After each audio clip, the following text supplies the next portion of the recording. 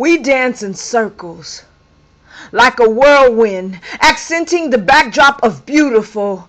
I only like holding hands with people I like, but dancing comes naturally with anybody willing to sway. Like trees in a storm, we move arms that seem to be tearing holes in the sky. Poetic violence, the main element of the philosophy, in the hands of God. If I am Job, then you must be Satan, come to twist me back to holy, and so it is. I've met just as many lambs dressed as coyotes as I've met wolves dressed as sheep. I guarantee you the lambs are more dangerous because the wolves are all playing nice. And I think you just bit me right before howling at moon dust, like tearing the wings off a pixie just because everyone else thinks she's imaginary. You break the world in two if it meant getting everyone on it to know your name. But what is your name? What name do you call out in prayer when referring to yourself? Is it I? How ironic. You'd be more than willing to bite the dot off my eye to capitalize yourself, like the time Satan set out to set his throne above the Most High. The H's and G's fall silent. Mosi means one in Swahili. There are riddles in the throne placed on the head of Isis. Like her eye is the seer of Ra, the eye of the sun, as if the light sees because of her. Do you see the light?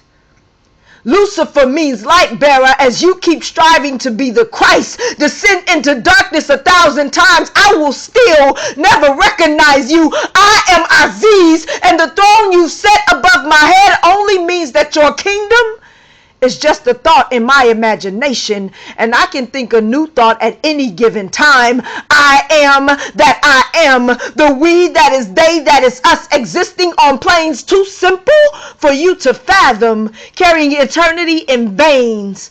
The weight of 160-year-old murals waiting for their creator to come and see them again and call them holy, like hieroglyphs carved into temple walls by steady hands. Who are you?